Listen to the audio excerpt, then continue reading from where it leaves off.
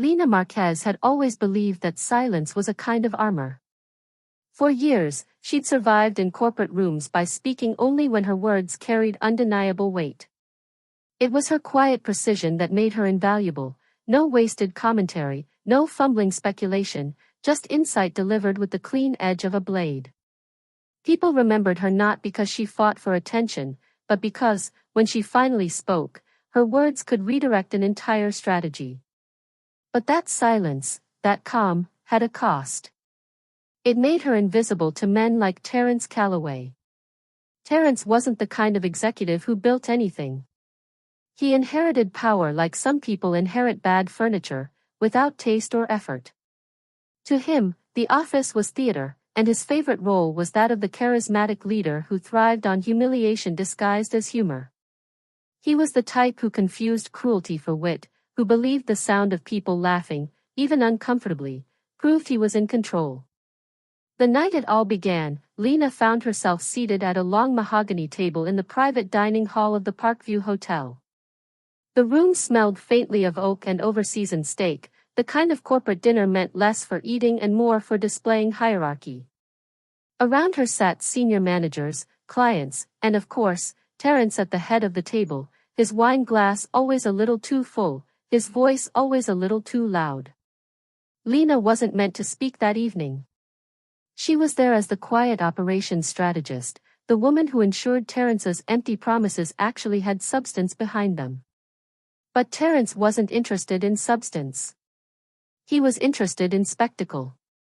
Somewhere between the second bottle of wine and the overpriced dessert tray, the conversation shifted toward personal lives, wives, vacations, marriages. That was when Terence leaned back in his chair, eyes gleaming with the kind of mischief Lena had come to dread. "So, Lena," he drawled, his voice pitched just loud enough for the table to hush. "I hear you've been going through a little romantic turbulence?" A ripple of amusement went around the table. Lena froze, her fork paused mid-air. "Divorce, isn't it?" Terence continued, savoring the moment. "Tragic. Must be hard to keep both a husband and a job happy, hmm?" The laughter that followed wasn't cruel, it was worse. It was nervous, polite, the kind of laughter that people forced when they didn't dare challenge the man who signed their checks. Lena felt it wash over her like acid. She stared at her plate, refusing to let her face betray anything. Inside, though, something cracked. For years, she had accepted small slights. The credit taken from her work. The meetings where her suggestions were ignored until repeated by a louder man. The quiet sidelining in company photos, team events, even strategy decks. But this was different. This was not dismissal. This was a public stripping of her dignity, the weaponization of her private life as entertainment. Lena wanted to leave. Her hands itched to grab her bag, to stand, to walk out into the city night and never look back. But she didn't move. Something in her told her to stay, to hold the silence just a little longer. And that's when Elliot Walsh arrived. The doors to the dining hall opened, and in walked the senior partner from the venture firm, an older man with silver hair, a reputation for ruthless intelligence, and the kind of quiet presence that made even Terence straighten in his chair. Elliot's eyes swept the table, taking in the scene. He smiled at Lena. Not a casual smile, not a polite acknowledgement. A direct, deliberate smile, the kind that suggested he had seen more than anyone else realized. Terence faltered. The performance stuttered for the briefest moment, but it was enough. Lena felt something stir inside her. It wasn't relief. It wasn't rescue. It was possibility. For the first time in years, she realized silence wasn't just armor. It could be a weapon. And that night, as she sat surrounded by forced laughter and clinking glasses, Lena made a decision. She would not forget this moment. She would not forgive it. Terence thought he had buried her beneath humiliation. What he didn't know was that he had just given her the sharpest tool she'd ever been handed. After that night at the dinner, Isabella didn't sleep. She lay awake in her dim apartment, staring at the faint city glow bleeding through the curtains.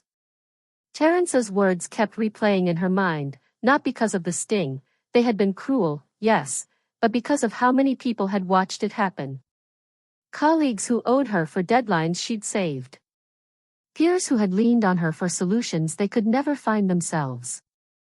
And yet, when Terence mocked her, they lowered their eyes and let him. That silence hurt more than the ridicule.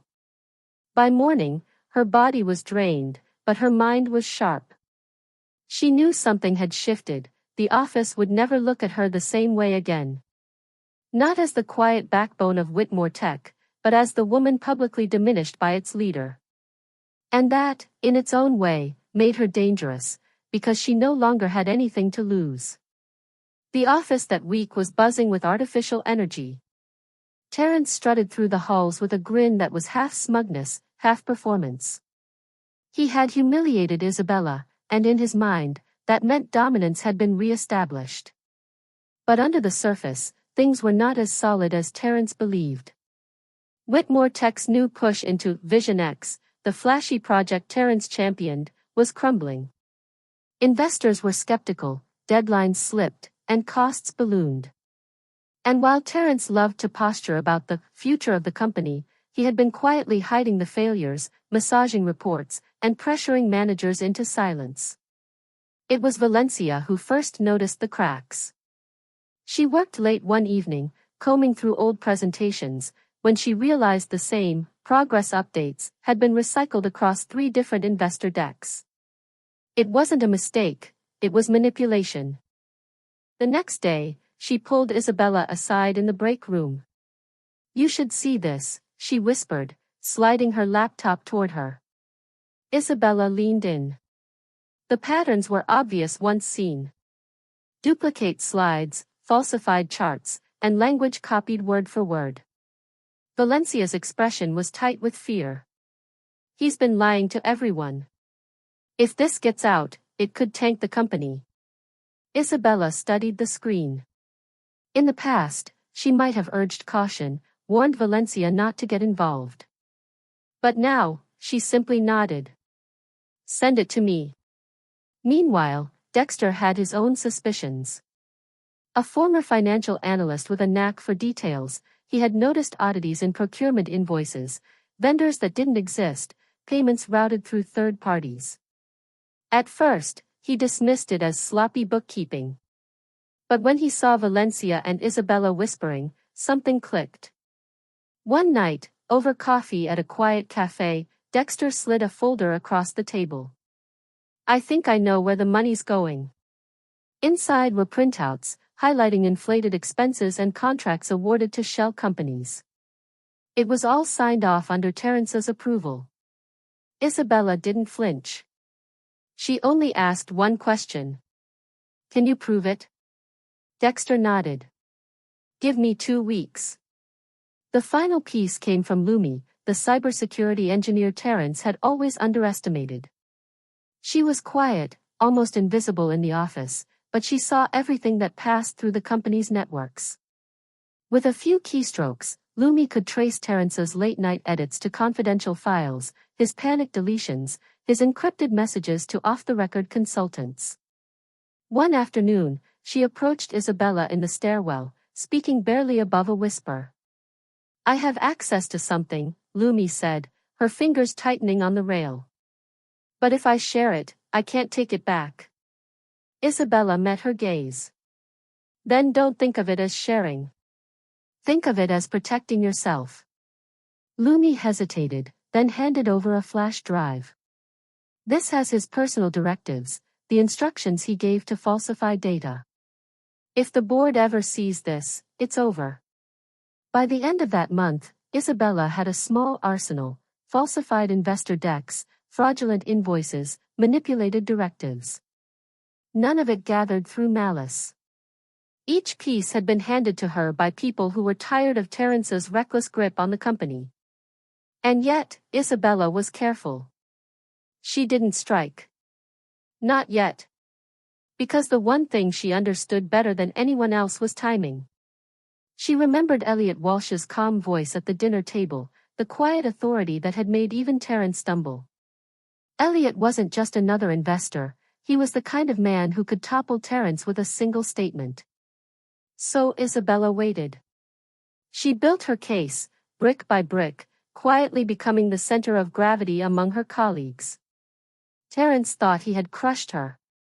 What he didn't realize was that humiliation had stripped away her restraint, and given her the freedom to dismantle him piece by piece. The week following the disastrous dinner felt like living inside a pressure cooker. For Celeste, every corner of Aurelia's dynamics seemed haunted by shadows of whispered conversations and half-hidden smirks. People remembered Terence's words. They remembered how he had compared her marriage to a failed stock portfolio, how he'd smirked when the room erupted in laughter. She had become a cautionary tale, the woman who worked too hard and still ended up humiliated. But humiliation, Celeste realized, had its uses. It made people underestimate her. By Monday morning, she'd slipped back into her usual role, calm, efficient, invisible. But under the still surface, she was building momentum. The night of the dinner had carved something into her bones, a refusal to remain a pawn. A meeting in the glass room. Celeste's first move came quietly. She asked Valencia to meet her in one of the unused innovation pods, a glass-walled conference room tucked at the far end of the office. Valencia, sharp-eyed and restless as always, arrived with a raised brow. "You look like someone who's decided to rob a bank," Valencia said, tossing her tablet on the table. "Not a bank," Celeste replied softly. "Something bigger." She told Valencia about the voice she had heard that night, Elliot Walsh, the quiet investor who had dismantled Terence with a single sentence. The name alone carried weight, but Celeste knew instinct wasn't enough. She needed proof. She needed to understand why Elliot was there, and more importantly, why Terence had faltered in his presence. Valencia leaned back, a smile tugging at her lips. "So the golden boy isn't untouchable after all." Celeste didn't smile. "He's hiding something. I need your help to find it." Valencia agreed without hesitation. The humiliation had stung her too. She hadn't forgotten Terence dismissing her as the assistant to the assistant during one meeting. Aligning with Celeste wasn't just loyalty. It was survival. Threads of a plan. Over the next days, Celeste began weaving together a quiet alliance. Dexter was her next recruit. He was a soft-spoken data analyst who could extract a year's worth of buried numbers from a system no one else bothered to understand. His loyalty wasn't hard to earn. Terence had slashed his project budget last quarter, dismissing his work as background noise. "Background noise pays the bills," Dexter muttered bitterly when Celeste approached him. "No," she said. "Background noise tells the truth no one wants to hear." Then there was Lumi, the cybersecurity specialist who lived half her life in server logs and encrypted channels. Where Valencia and Dexter could dig through paper trails and contracts, Lumi could trace every whisper Terence had tried to bury. She wasn't driven by vengeance, but by curiosity. "If there's rot in the foundation," she told Celeste, "I want to know how deep it goes." With each ally, the plan shifted from a fragile idea into a structure. Celeste wasn't leading a rebellion yet, just a quiet gathering of those who had been ignored, dismissed, or silenced. The moment of resolve. Late one evening, after everyone else had left the office, Celeste sat alone at her desk. She had spread papers and files around her like a general planning a campaign. Each document was a thread, and together they formed a picture. Terence's empire wasn't as solid as it appeared. She thought back to that night at the restaurant, the heat of the laughter, the sting of being dismissed as a failed woman, the sound of Elliot's voice cutting through the noise. That moment, she realized, wasn't an end. It was the beginning. Terence had written her off as humiliated, finished, easy to ignore. But he had made the mistake of drawing blood in front of others. She wasn't going to heal quietly. She was going to turn the wound into a weapon. Celeste closed her laptop and whispered to the empty office, this isn't about payback. It's about balance.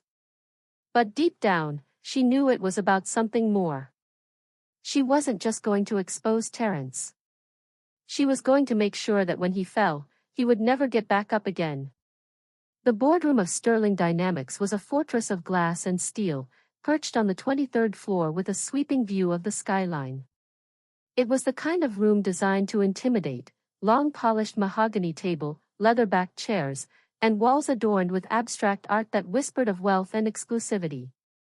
For years, Isabel had entered that room as nothing more than a silent note-taker, her presence overlooked, her voice ignored. But today was different. She sat near the center, not tucked in the corner. Her hair was neatly pulled back, her documents carefully arranged before her. Across the table, Terence Calloway swaggered in, exuding the careless arrogance of a man who believed the company was his playground. His tie was slightly loose, his smirk cocky, his every gesture a performance.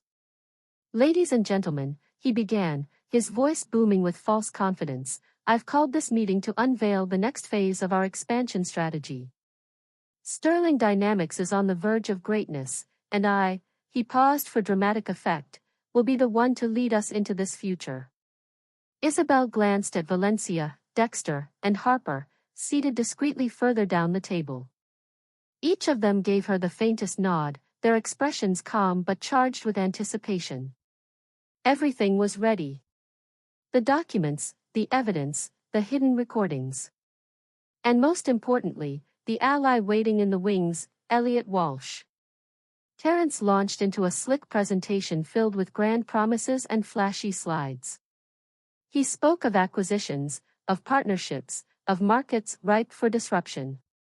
The board members murmured approval, dazzled by his bravado.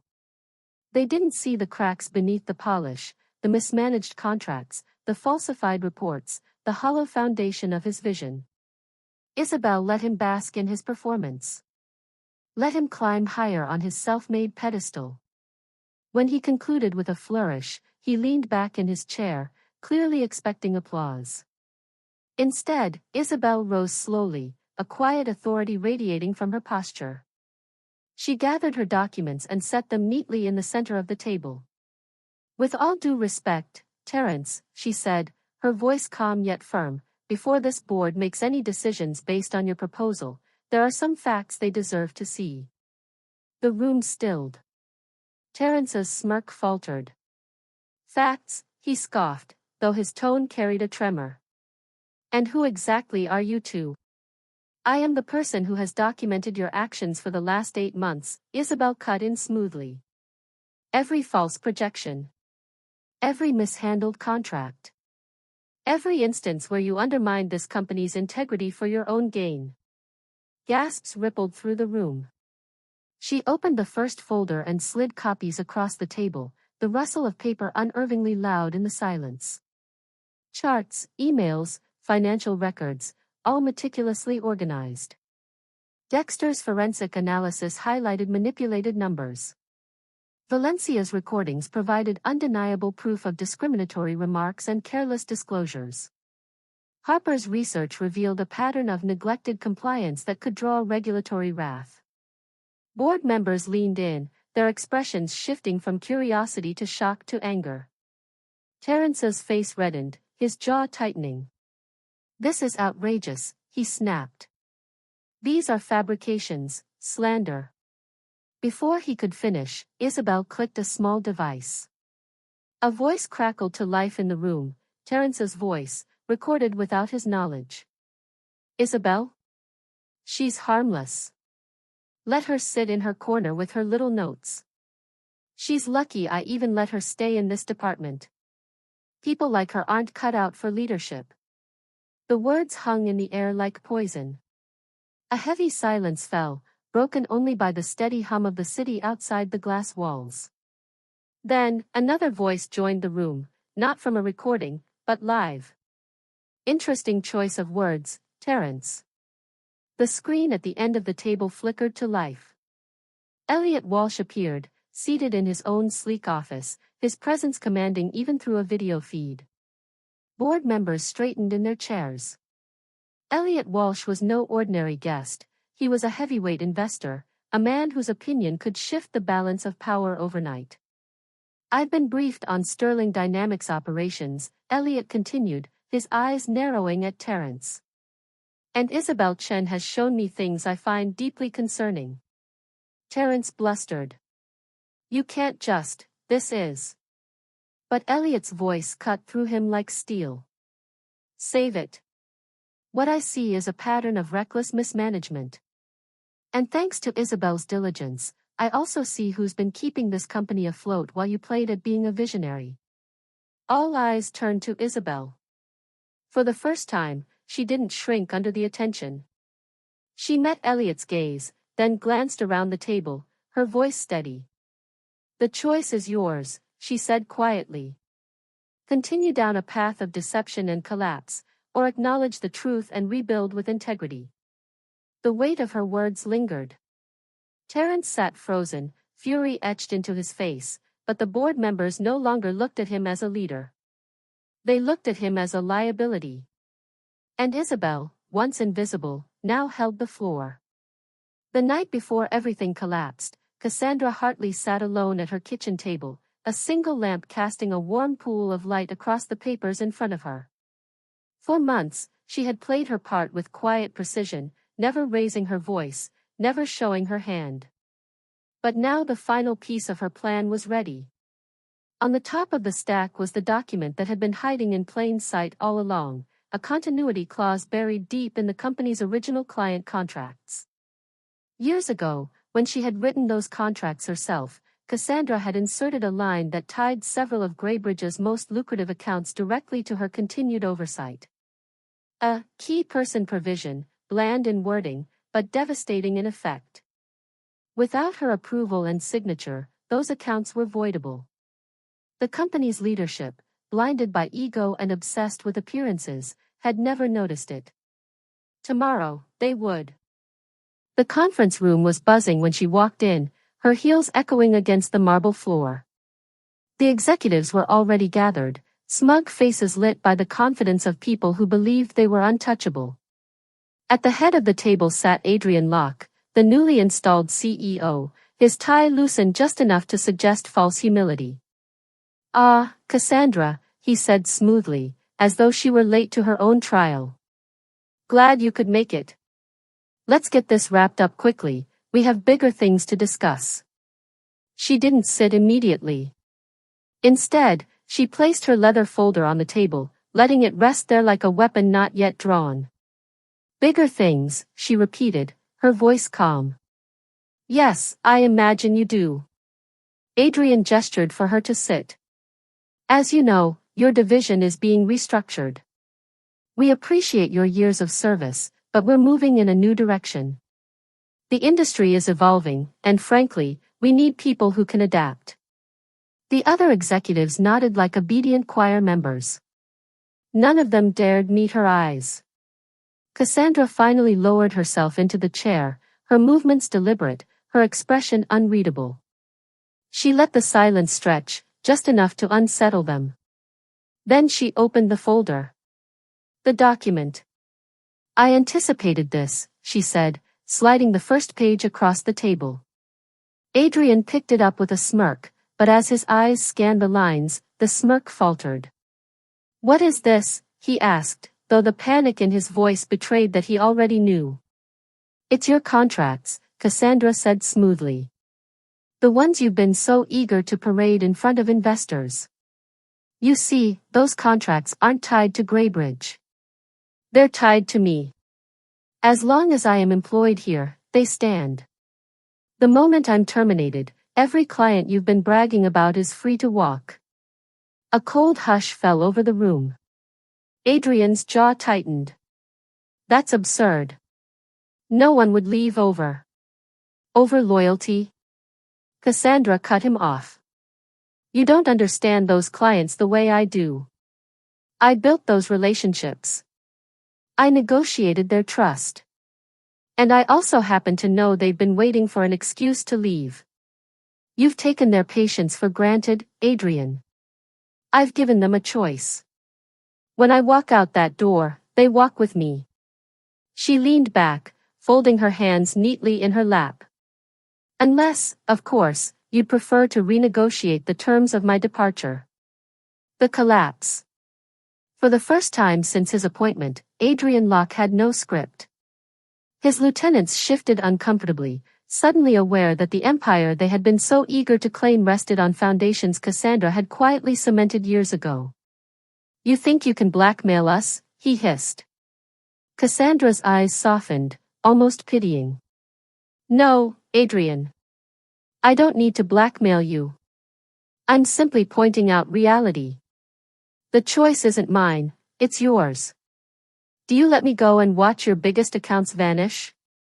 Or do you reconsider the value of someone you've been so eager to discard? He tried to rally. Even if what you're saying is true, we can fight this in court. You could, she agreed. But litigation takes time. Months. Maybe years. Do you really think your investors will wait that long when revenue starts bleeding? Or will they replace you before the ink dries? Her words landed like knives. The executives exchanged glances, and for the first time, Adrian realized he was alone. The aftermath. They caved, of course. They had no choice. Cassandra left that room not as a discarded employee but as a silent conqueror. The severance package they offered her was obscene, far beyond anything she had imagined when this all began. Stock, bonuses, legal guarantees of protection. They wrapped it in flowery language, pretending it was generosity, but she knew better. It was fear, dressed in a suit. 2 weeks later, Adrian Locke resigned. The official statement cited personal reasons, but the truth was an open secret in the industry. He had been outplayed by the very woman he tried to erase. Cassandra, meanwhile, didn't vanish. She didn't retreat into quiet retirement or lick her wounds in obscurity. She built something new. Several of those key clients followed her into her next venture, eager to align themselves with the strategist who had proven her loyalty and brilliance under fire. In less than a year, her new firm wasn't just competing with Graybridge, it was eclipsing it. Every headline about her rise was another nail in the coffin of the company that had underestimated her. Epilogue. On a crisp autumn morning, Cassandra passed by the old Graybridge headquarters on her way to her own office. The building looked smaller now, somehow diminished. A monument not to power, but to arrogance. She paused only briefly, just long enough to let the memory settle. Then she smiled, turned, and walked on. Because revenge wasn't loud. It wasn't dramatic. It was quiet, calculated, and absolute. And in the end, Cassandra Hartley didn't just survive. She won.